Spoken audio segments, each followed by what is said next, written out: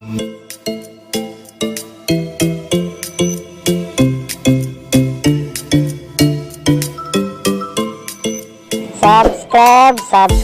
dipencet dadakan gratisan maknyos.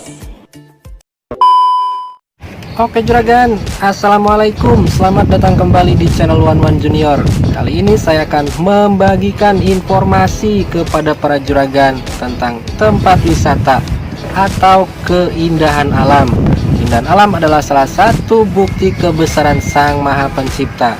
Namun di balik itu semua, biasanya di dalam sebuah tempat wisata atau keindahan alam tersimpan berbagai macam informasi, baik itu sejarah atau mitos yang berkembang di lingkungan masyarakat sekitar.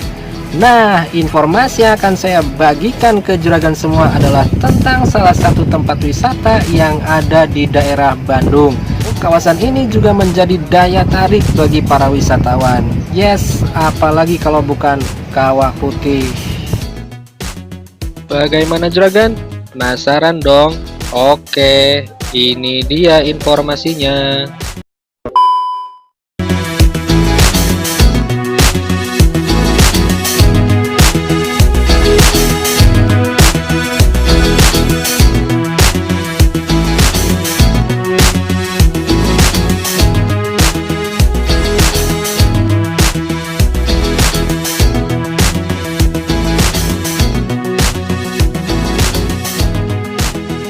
Oke juragan, Kawah Putih. Ya, tempat ini adalah salah satu ikon wisata yang ada di daerah Bandung.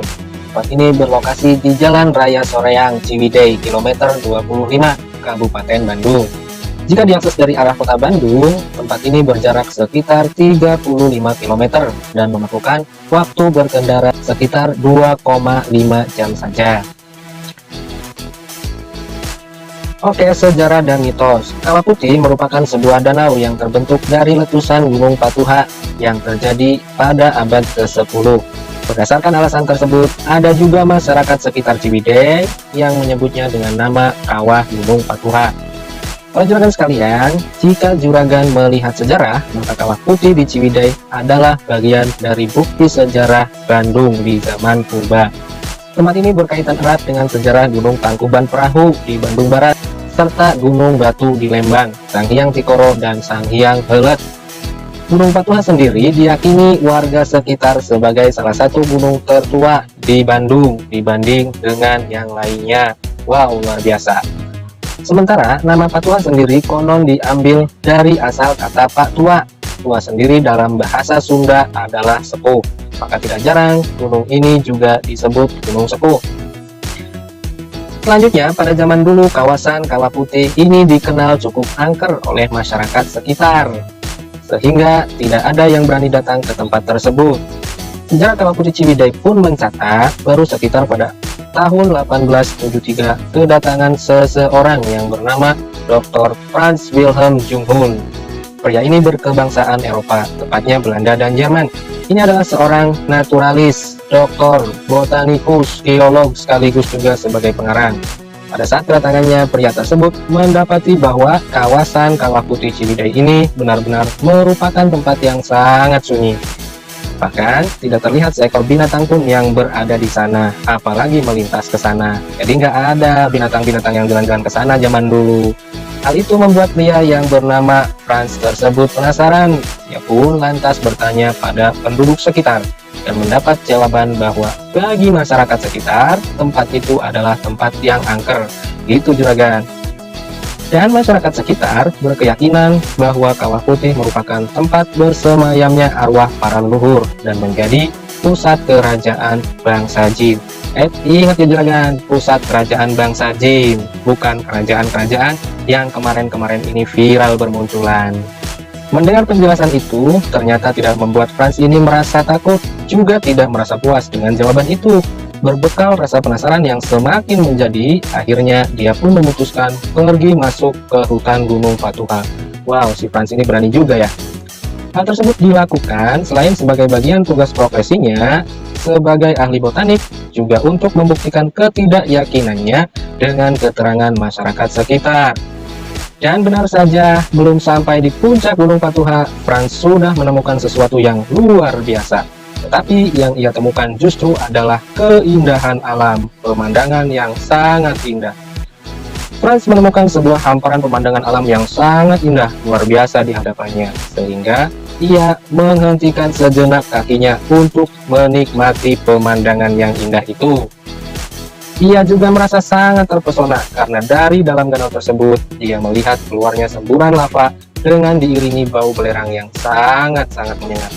Yaps, dari pengamatan itu, Franz akhirnya menyimpulkan kenapa tempat ini bagi masyarakat Kawah Putih Ciwidey di zaman dulu disebut sangat angker.